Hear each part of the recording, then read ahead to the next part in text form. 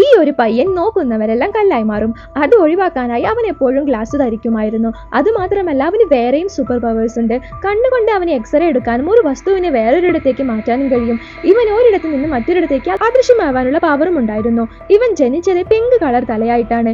ജനിച്ച ആദ്യ ആഴ്ചയിൽ തന്നെ അവൻ സംസാരിക്കാനും തുടങ്ങി. അത് കണ്ടതും അവന്റെ പേരൻസിന് സന്തോഷമായി.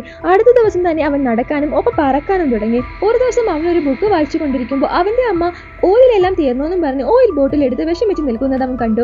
നിമിഷ നേരം കൊണ്ട് അവൻ അപ്രത്യക്ഷനായി വന്നു. മാത്രമല്ല അവന്റെ കയ്യിൽ നിറയെ ഓയിൽ ബോട്ടിൽസും ഉണ്ടായിരുന്നു.